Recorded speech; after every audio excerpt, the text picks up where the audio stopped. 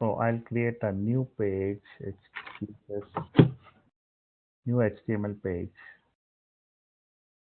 new file, index.html, and see what I am doing now.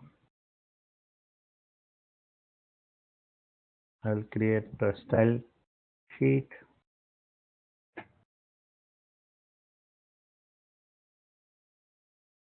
And then I'll create one div tag with class of box1. I'll give some style sheet to that box. So for example, I'll say dot box1 equal to width of, for example, 10 pixel, height of 10 pixel. I'll say border top of 60 pixel, solid blue. Top. I'll say border bottom of 60 pixel, solid green. So this is bottom border of left. I'll say 60 pixel, solid yellow. Then I'll say border of right 60 pixel, solid gray. So you will see this is the square with different colors: blue, yellow, red, gray, and there's a 10 pixel of width and height. So if I remove the 10 to 0 pixel of width and 0 pixel of height, you will see we get 4 triangles. One is blue, yellow, green, and this is a red. What is this? Green, sorry, green, blue, yellow, and gray. So now I want only one border. That is, let's say I want one triangle, blue color triangle, for example. I want blue color triangle. So how will I delete this part? How will I cut other part? We will see now. So let me save this somewhere so that I can come back again if something goes wrong.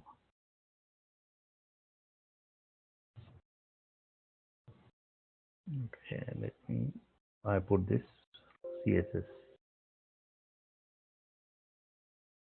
Now, let's say if I want to keep the blue one, I want to delete all 3 triangles. So I cannot delete all 3 at one time. I can delete the bottom one. So let me delete the bottom one. And then I will get top border, and left and right are cut in this way. So now if I want only the blue triangle, I want these two to be transparent. So instead of giving some color, I will make them transparent. So they are there, but they are hidden. So I can create one triangle. It's a blue color triangle. Now you tell me, if I want to keep this bottom one, but I want to delete all, what is the first step? Delete the top one and then put the other transparent. Delete the top one and make others as a transparent.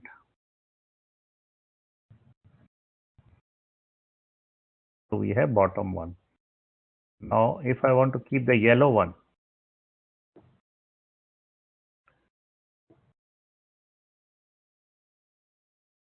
delete the yellow.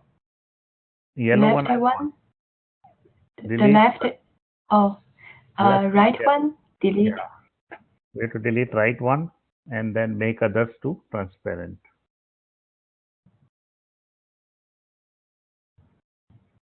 Okay. Now let's say I want to keep the gray one and delete all. So what should I do? Yeah, delete the left one, yellow Yeah. one, and Yeah. make the other transparent. So this is how we build a triangle. You can increase the size of 60 to 120 or 200 depending upon the size of triangle you want and which side you want. You can create that one. So this is about the triangles. Let's get another style sheet now. So I'm giving you this whole CSS and then you manipulate it yourself. Okay, let's save it as 27.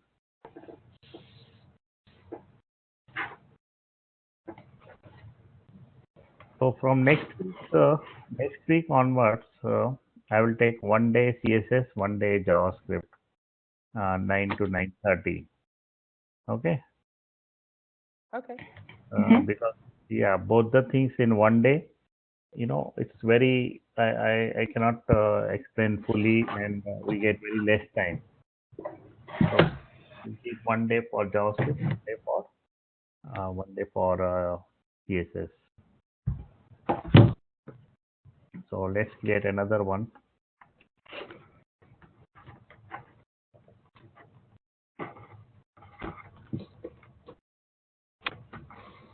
Okay. Okay. So now So now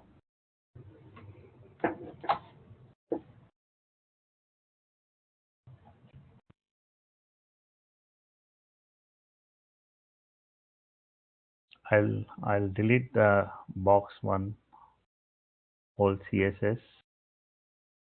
I'll give some width of 50 pixel and I'll give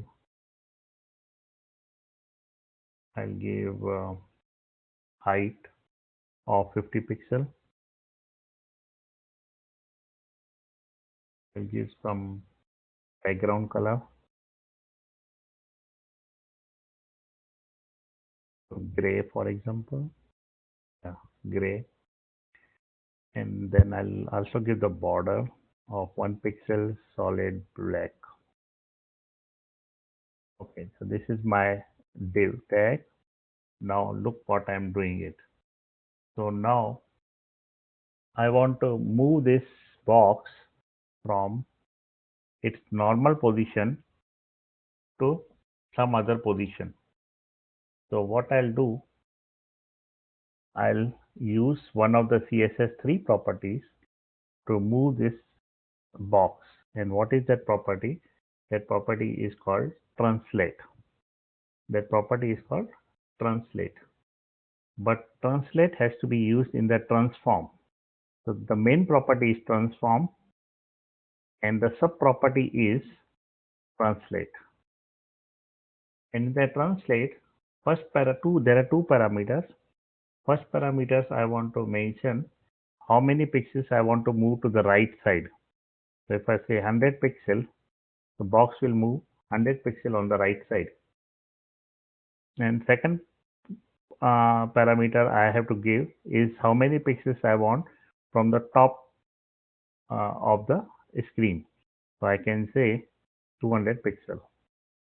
So it goes 100 pixel on the right side, 200 pixel below. So this is called translate. So translate is something we move. We move the word. We move the position to whatever we want, whatever we can say mention here. It will move on that side. So in the notes, I will write down. So we are doing transformation or transform. In the transform, first property is called translate. And in the translate, we put transform with translate equal to 100 pixel by 200 pixel. So this is why how we give the translate. Second property which we give is called as rotate. So rotate can be on the clockwise or anti-clockwise direction. So if we want to give clockwise, we give positive value. If we want to give anti-clockwise, we give negative value. So we will write here syntax is transform rotate of 20 degree, for example. So it will rotate the div to the 20 degree. I can also use radian, but if you know the value of radian, you can use radians. Otherwise, if you don't know, just you can put the 20 degrees. So if I go here, I can say transform rotate 20 degree.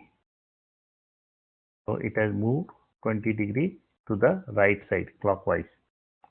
If I say minus 20 degree, so it will go on the anti-clockwise. So either you can give minus sign or you can give plus sign, and you can rotate the div. Next is we will give scaling. It's called scaling. Third property is called scaling. So we will see scaling. In the scaling, I will say transform scale. So you have to mention how much scale you want. So currently the scale is 1. That means 1 means normal. Whatever the size is there, it's scaled to that one. But if I say 2, that means the scale, that means the width is scaled to twice. And here if I say 3, that means the height is scaled to 3 times. So initially if the width is 50, it will become 100 if I use transform scale. And if height is 100, it will become 300. So that is called a scaling. Scaling means it grows in the size. So here if I say instead of rotate, if I say scale, and I'll say 2 times the width, 3 times the height. So you will see the width has become double and height has become 3 times. I can say 3 times the width and 6 times the height. So it will become increase in the size. So scale is something which increases in the size. So these 3 are the important transform properties. There are some others which we will see tomorrow. But these are the 3 which are important scale properties in the CSS3.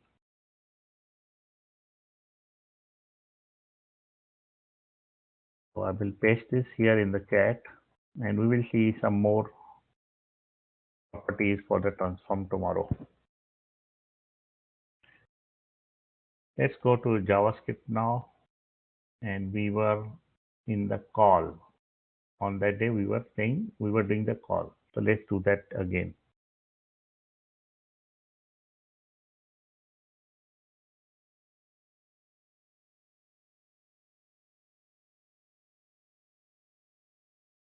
Okay, I'll write it in the HTML page now.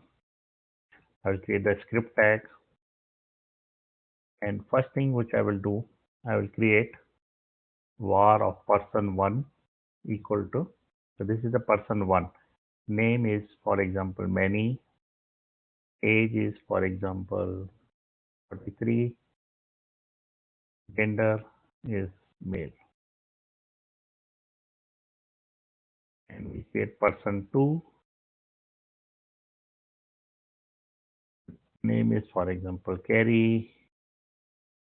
Age is, for example, 24. This is not real age. I am just putting a dummy age. And gender is female. And I'll say person3. Name is 8. Age is 16. Gender is female. So I created 3 objects.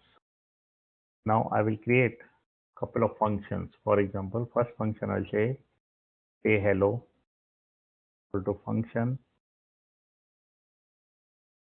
and here I'll say console.log hello, and I'll say plus sign this dot name. And similarly, I'll create another function. For example, I'll say goodbye to function, and I'll say console.log goodbye, and here I'll say this.name. Now, if I say only say hello, so what will happen? Let's look at here.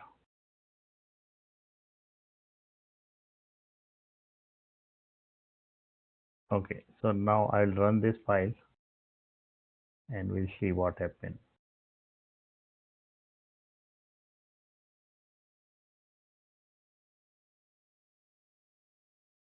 So it's saying hello only, it's not putting the name. This name is not coming because this dot name is not defined. This dot name is not defined. So now how can I define this dot name? So instead of calling say hello or say goodbye, let's say if I put goodbye also, then if I refresh the page, it's saying only goodbye, it's not saying the name. So now we want to put the name, this dot name. So how to use that? So instead of say hello, I can say hello dot call. I will use the JavaScript inbuilt keyword called as call. And here I will push the object.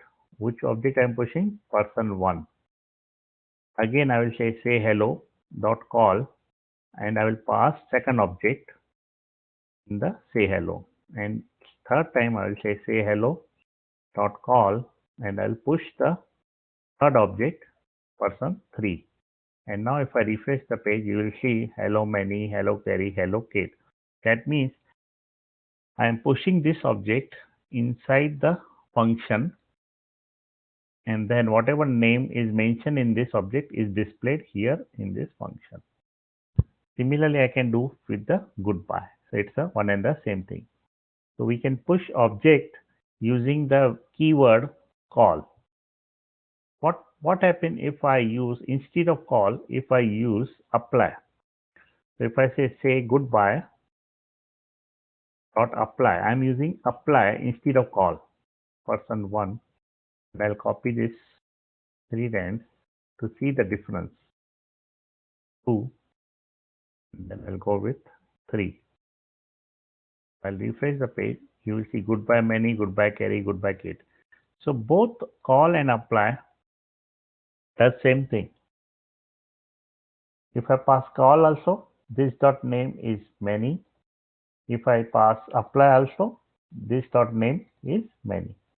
So practically there is no difference between call and apply.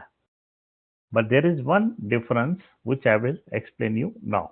But in general, there is no difference.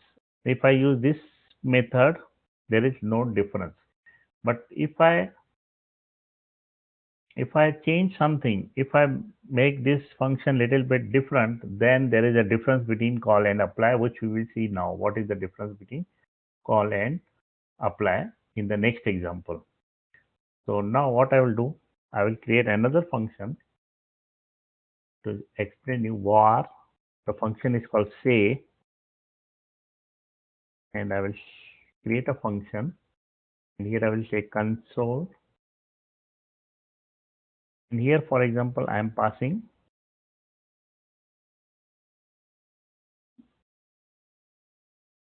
greeting. I'm passing greeting. So I will say console.log. This is also still we are not reached the point where I am explaining you the difference between call and apply. This here also it will be same. Apply and call will be same. In this example also you will see call and apply with the same results. So, but I am just explaining you one more example. Here I will say greeting plus, I will give space, then I'll say plus, and then I'll say this dot name. Greeting is coming locally from this one, but this dot name we have to push it. We have to push like we are pushing this. So let's try to push it with a greeting. I will say dot call, and here I will push the object. Which object I am pushing? I am pushing person1, but I need to pass the greeting also. Since greeting will go as a local variable, so it is the second parameter to be passed. So here I'll say hello. But here it is the first parameter.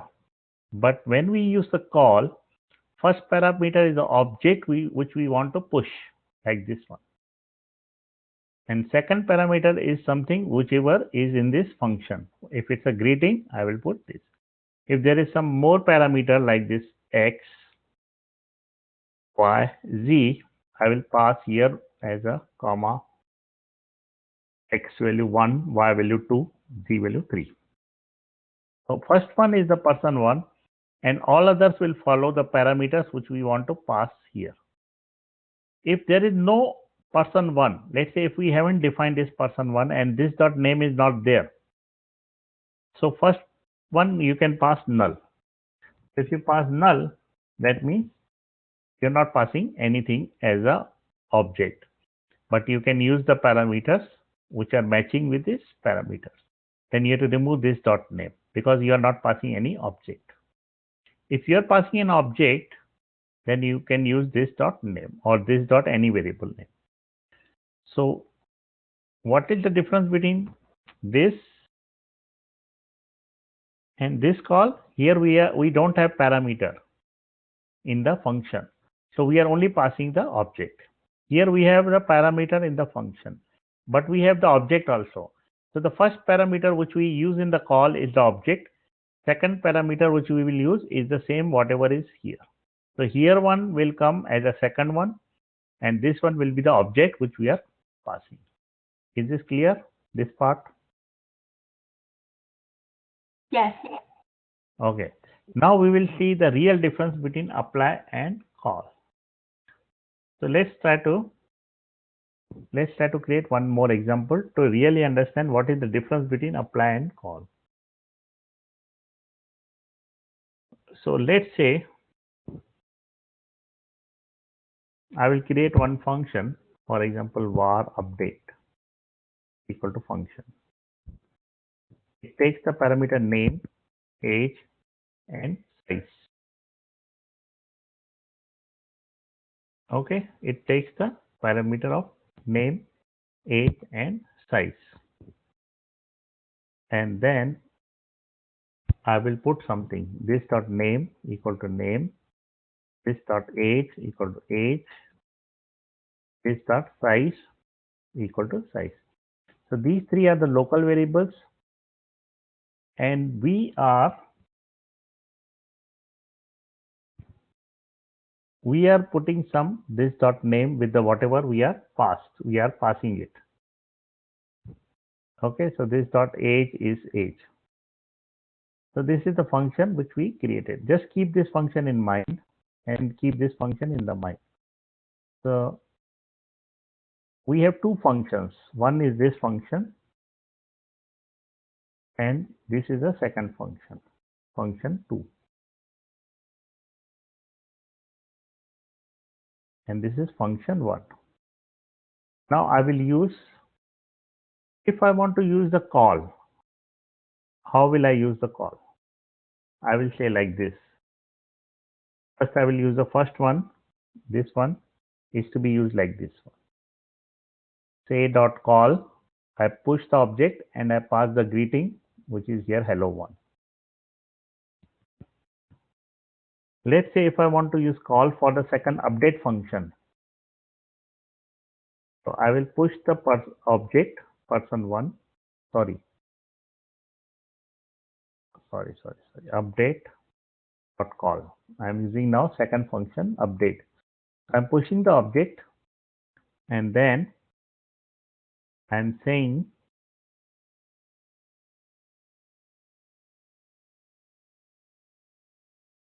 I am passing three values. We have to pass three values. Sorry, one is called as name, for example, mango, and then I have to say the age, for example, 23, and I have to use the size, let's say large size.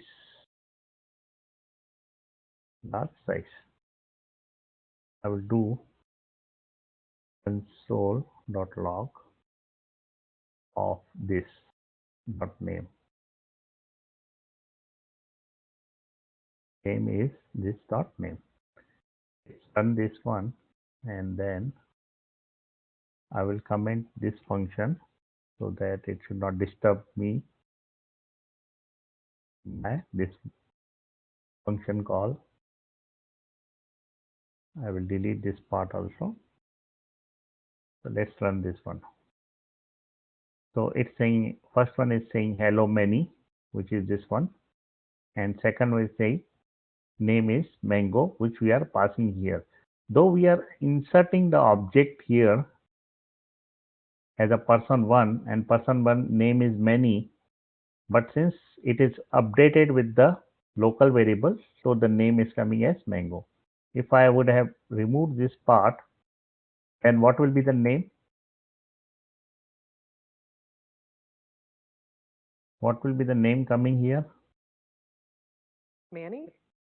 Many, because I am pushing object 1. Yeah, so name is many. Let's keep this one. I'll delete all one. So in both the cases, I use the call, and the first part is called the object which we want to push, and the second part is the parameter which we want to pass. Here, since we have 3 parameters, so we are passing 3 parameters here. Now let's see how to do same thing with the apply.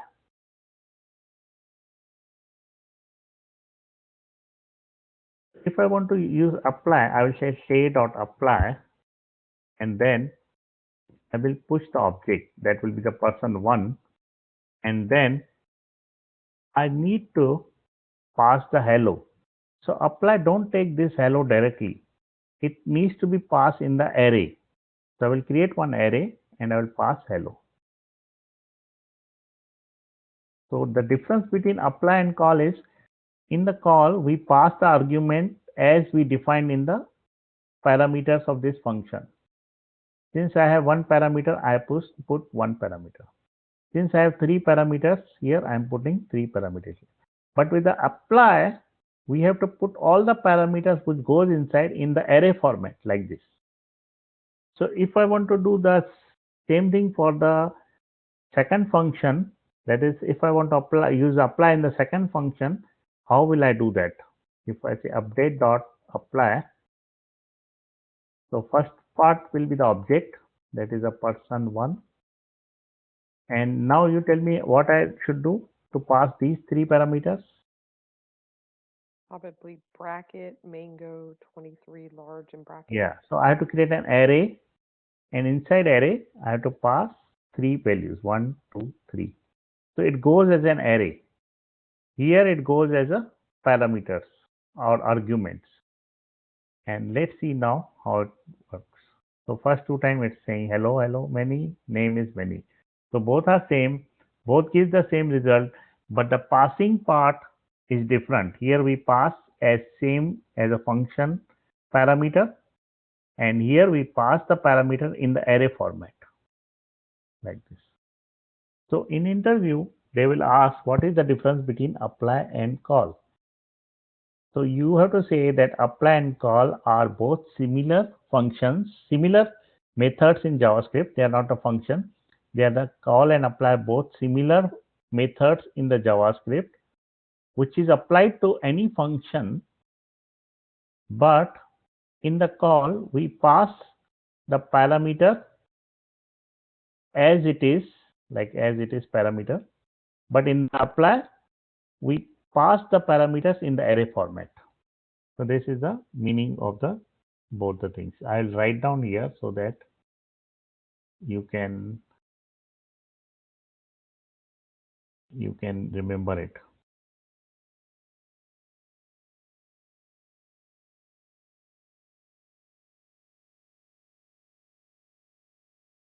Okay, I'll write down here. So first I will give you the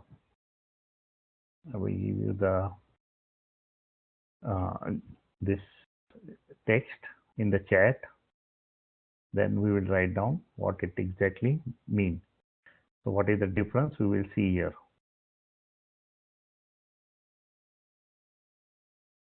So now I will write down the difference.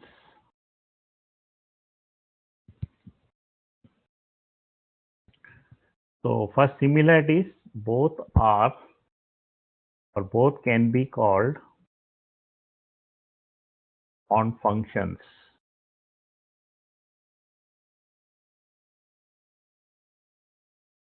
Which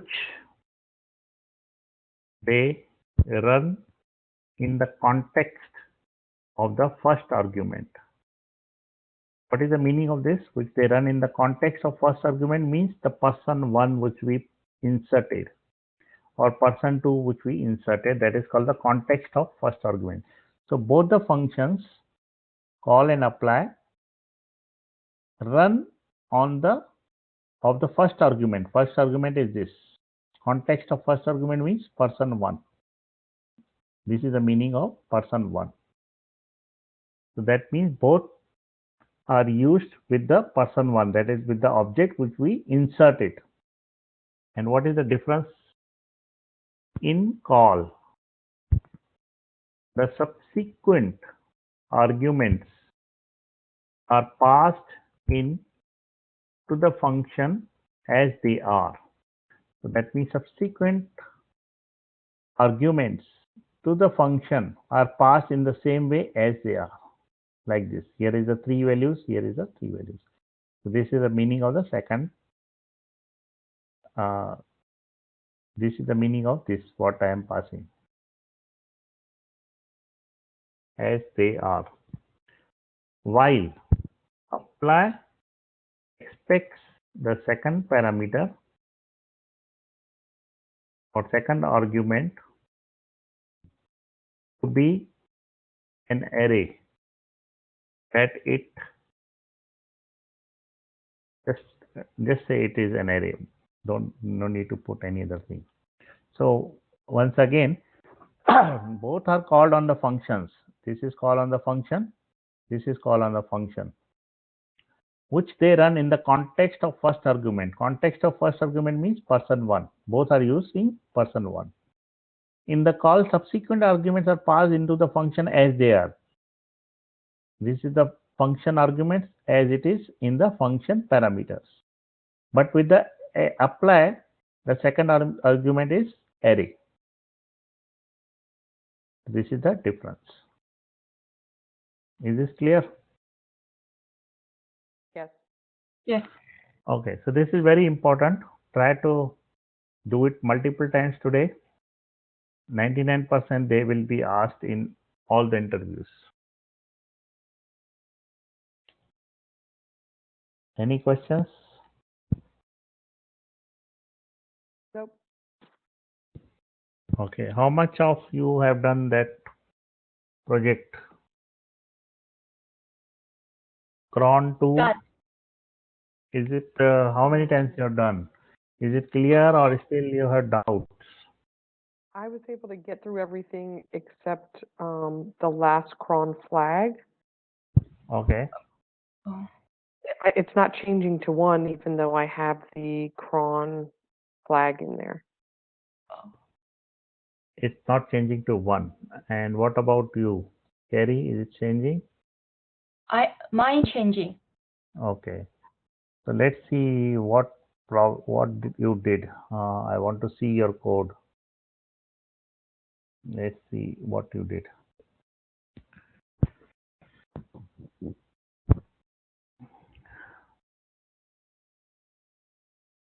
Show me the cron 2.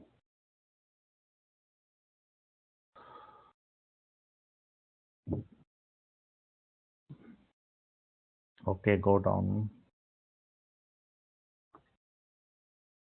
Okay, you are updating LR user. Okay, you have put comma after cron flag equal to 1. Comma will not come after. No, go down. Yeah, in the update LR users, little up, little 121 line number 121. Update LR user set cron flag equal to 1. There will be no comma after that. Yeah, now Can it you hear will me? work. Oh, yeah. Yeah, So this that- is a syntax error. Because of that, it's giving, it may not be updating it. Let's see if that's in here too. Yeah, Here. yeah. So it will work if you now do that. Right. Try it whenever you get time. Oh, okay. Thank Okay. you. Okay, so now where are we? Okay, let's go to the. So if you see, it's not this one. Sorry, I have to open the. I have to open the Dreamweaver 8. So initially, Macromedia was the company who owned the Dreamweaver. After 8 version, Adobe took over the Dreamweaver, and now after 8, everything is Adobe.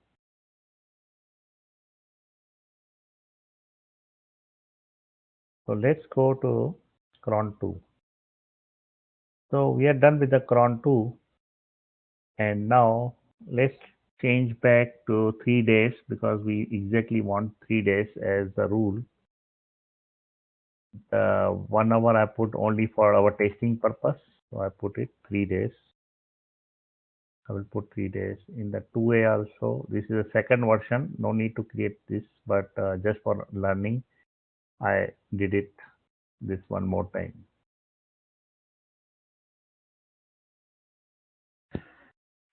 Okay, so our functionality, basic functionality is done for this one. We need to, do many things like making the front page, making the about page, making the developer page, our team page, which we will do slowly, maybe next week, but not this week. So this week we will see now what's happening inside the each code.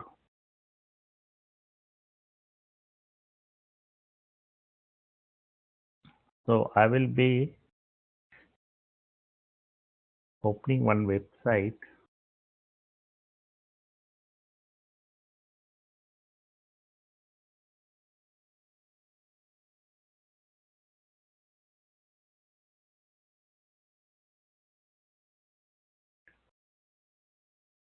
So this is something our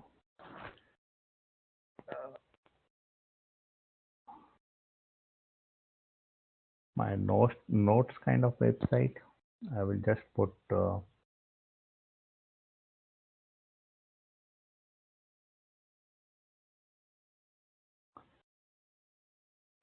let's put the notes difference between all and apply, which we did just now. I'll just create a note of that one.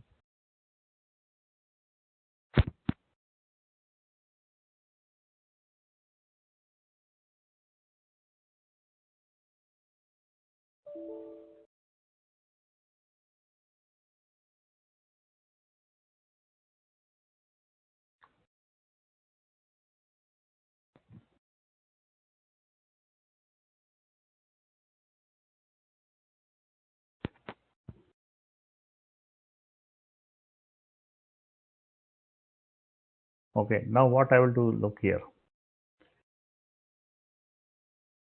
Today only I will do the insert part. How to insert in PHP.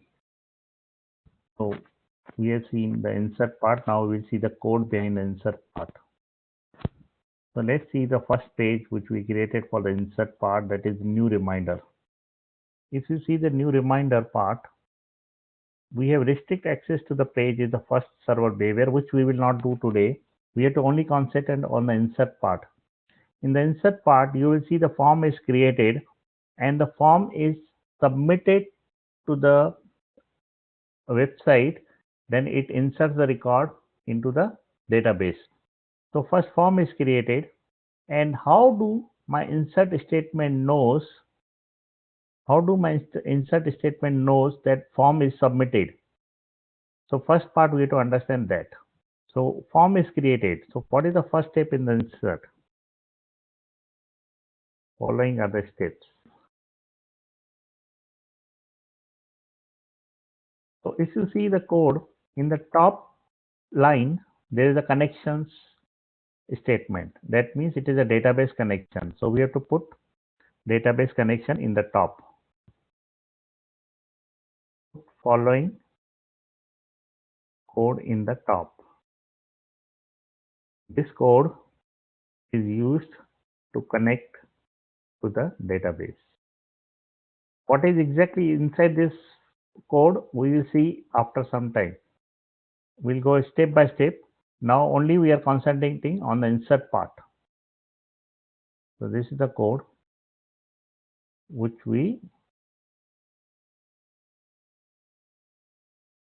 use in the top.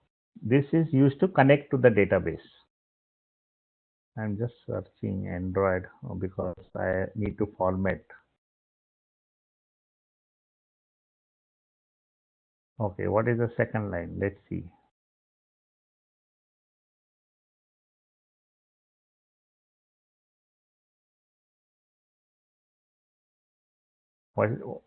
And if you see, this is the function which PHP has created. This function is used a lot. If you see the insert statement, it is also using this function.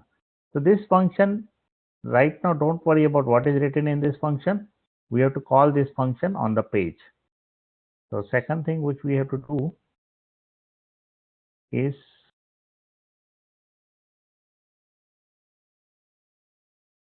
call this function.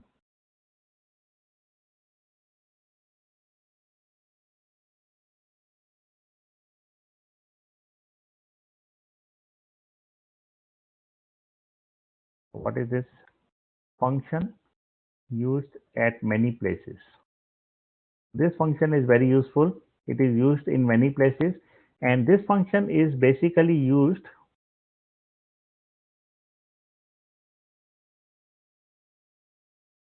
for SQL injection, prevention of SQL injection.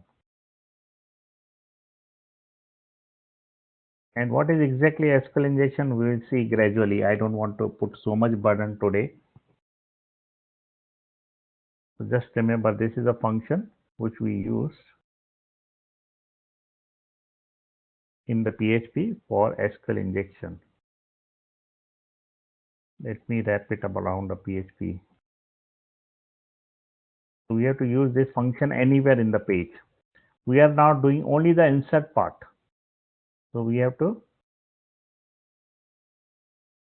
this is my function which is used in almost every page, and this is used to insert also, and this is used for prevention of SQL injection. Now what is the next step? How Dreamweaver knows that this form is submitted so that it should create this insert statement? So if you see, it is checking the post insert. That means somewhere the field insert is inserted in the form. So if this is the form, you will see this is the hidden variable which is created by Dreamweaver, and its name is called as insert, and it has the value of the form 1. And this is the very hidden field which is inserted by the Dreamweaver. Why it is inserted? Because when the form will submitted, when user will click this submit button, the form will be posted on the server, and Dreamweaver then checks if we have post variable. Whenever the form is submitted, the post variable is generated, as I explained already many times before. Since the form is the post form, if you see the method is a post, that means all the fields go as a post method to the server. And since it goes as a post method to the server, we check that if the insert variable is there or not. So whenever the form will be submitted, this field will be submitted also to the server. Why this field will be submitted? Because Dreamweaver create a hidden field insert. That means when the form will submit, this insert will also be submitted to the server. Since it will be submitted to the server, we will get this variable here. This is the variable which we are getting whenever the form is submitted. So whenever the form is submitted, we get this variable, and since we have this variable insert in the post value, we know that form is submitted. If this value is not there, then we will know that form is not submitted. I will show you what is exactly coming in the post. I will say print r $post. $post means something whenever the form is submitted, it will go in the $post way. So we will see what exactly is coming in the $post. I just deleted it. I will add it once again. Okay, I'm putting $_post exit. Now see what will happen when I fill the form and submit the form.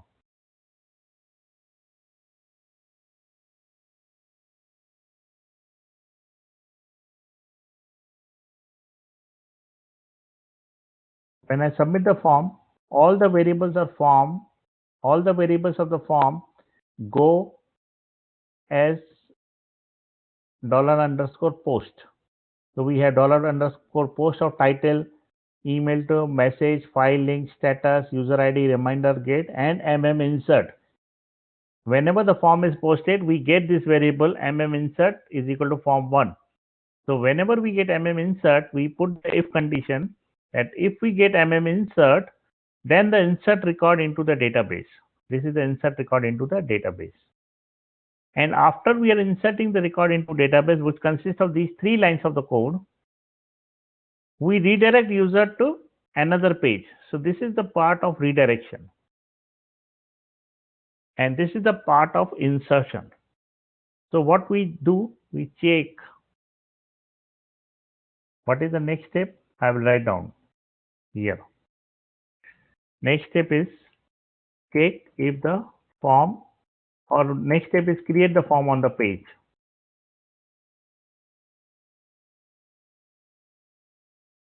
Also add one hidden field called as insert, and put the value of this as form1 or form2, whatever the form name is, you can put that value.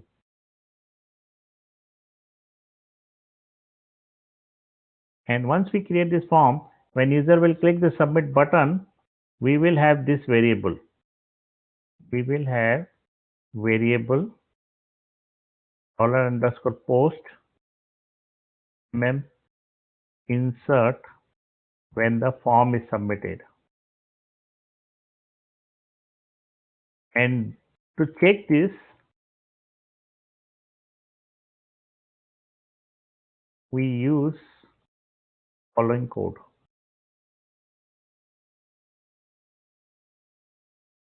We use if condition, and in the if condition we say if is set post insert is there, and post insert is equal to form1, that means form is submitted.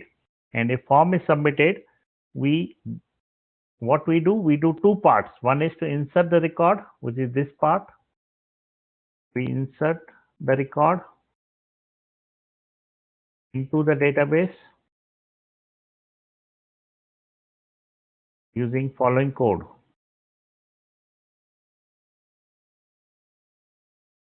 And this code I will put first here.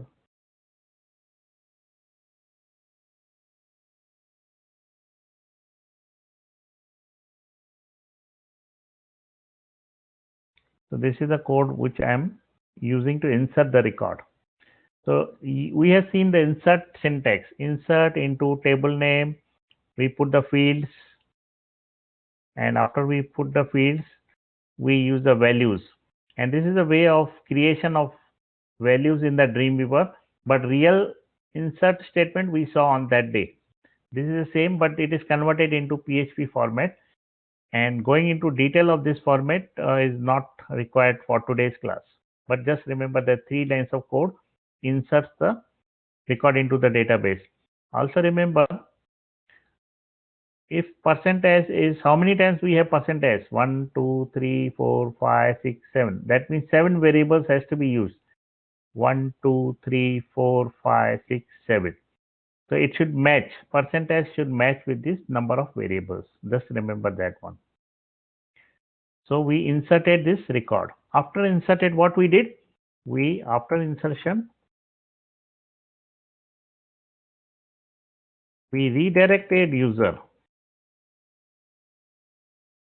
to another page using following code.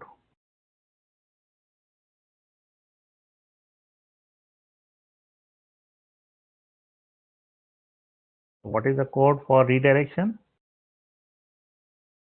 Code for redirection is this one.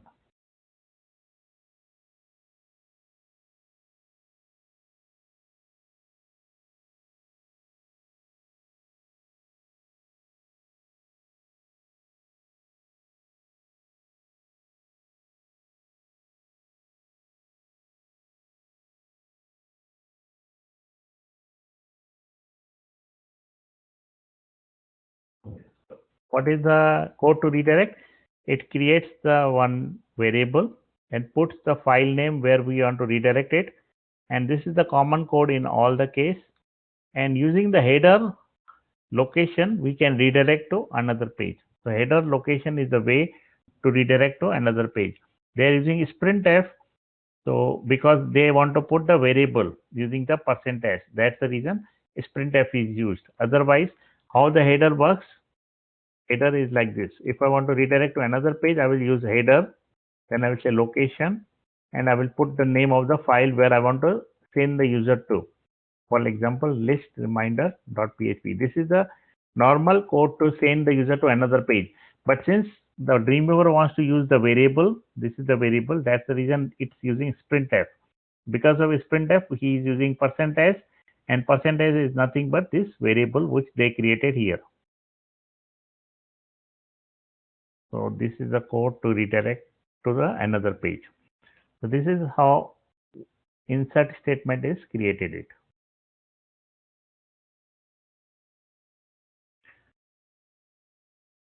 Let's see this page again.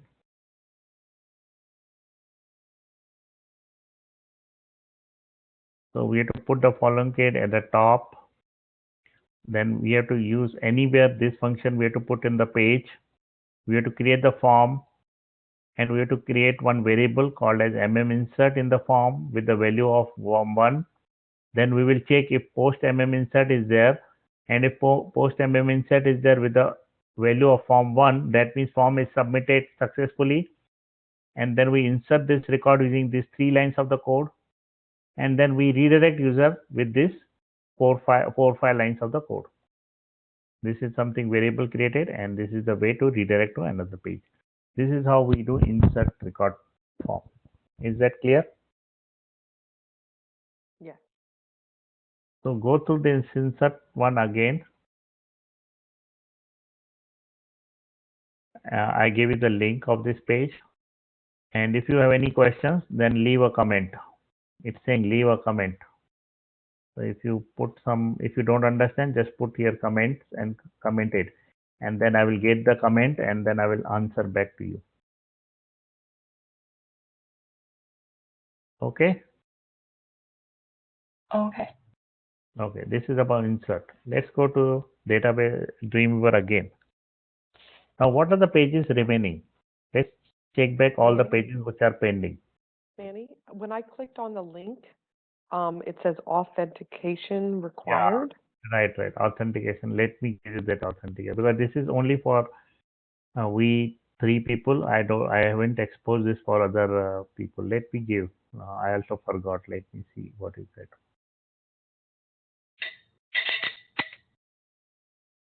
Okay, let's.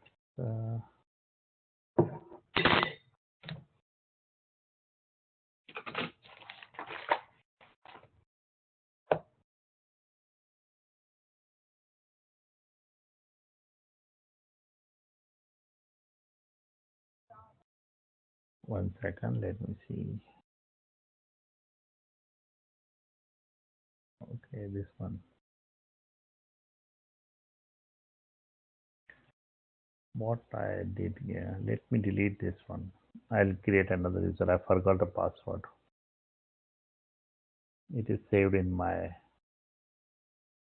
I will use a PHP as a username, and password will be, what password I put? Let's put some simple, let me see.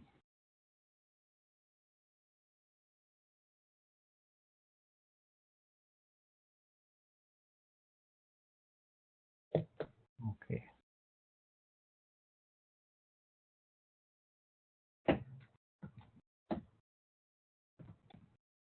It's saying password does not match.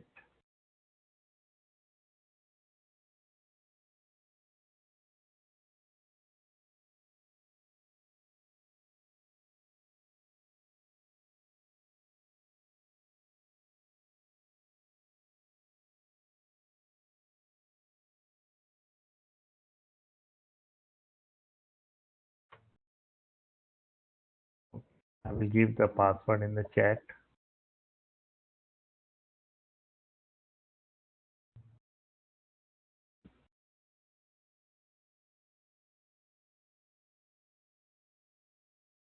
Username is PHP and password is this one.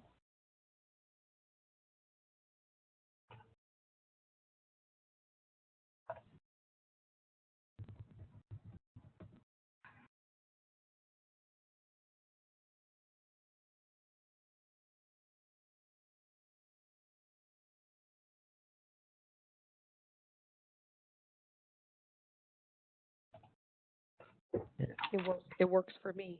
Okay.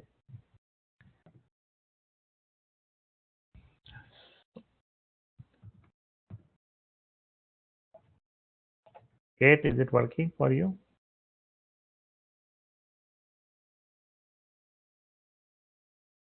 Kate? Hello.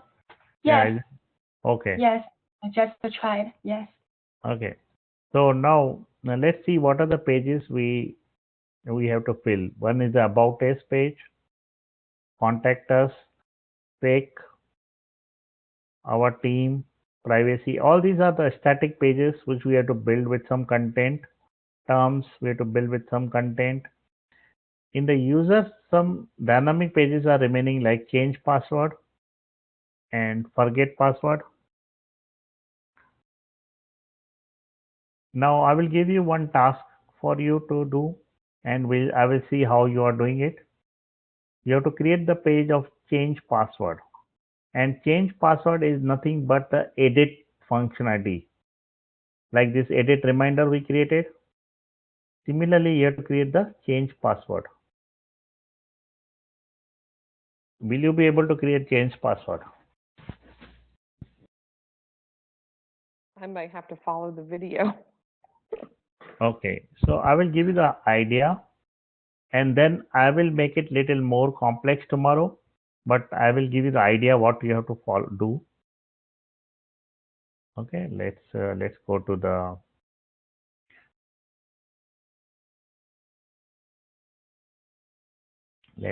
the notes, our notes, and I will give you the idea.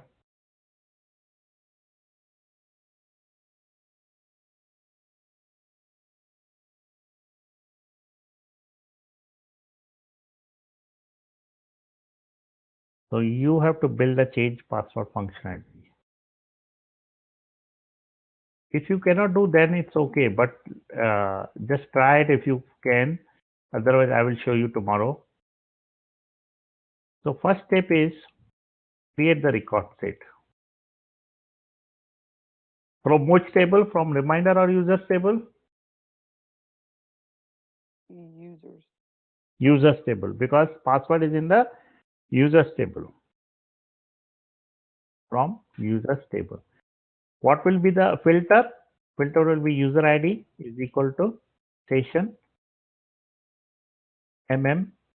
user ID, which we changed it, right? We initially it was username, and then we added user ID. So we have user ID. So based on the user ID, create a record set, right? Yes. So then second step will be Update. update. First you have to create the form, or you can create direct form like this without even without going into. I will show you, but you have to do. So you can, I will not really create it. I will just give you the idea. Update record form wizard. Okay, we need the record set. So I'll just do not, I will not do all the steps. I will create a simple, I'll just show you little bit steps.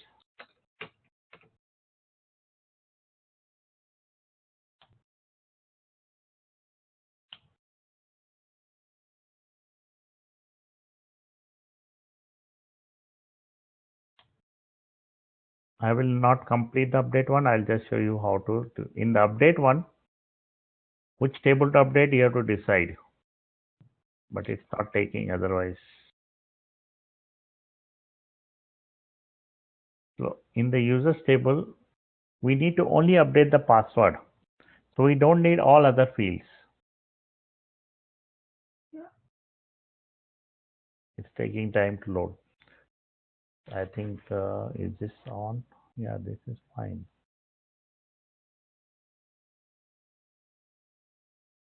Okay.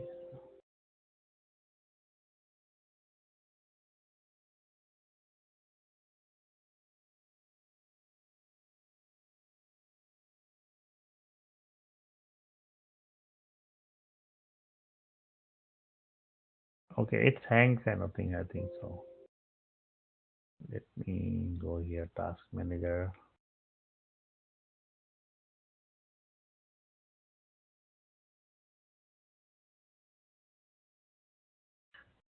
So you have to create the update form, but put only password field in it. Okay, don't update other fields. Create a confirm password, but don't make the relation of password and confirm password. Let it only for the display purpose. Create confirm password in the form. After creation of the form, just add one more confirm password. Or even if for today's class, don't use the confirm password, just put the password, and when user puts, it will update the record. That's it. You don't have to do anything. Just don't put update password. Don't put confirm password. Just put only password. Okay, let's see. And don't put current password. Make it very simple. Not even current password. So what you have to do? Okay, I'll write down the steps again. Create record set, rs edit, update form with only password field. No other field, nothing, no current password. Just put new password, it will be new password. Just again put new password, it will be new password. Is it easy? If you put these two things? Yes, yes. Yeah. Okay, make it only these two things.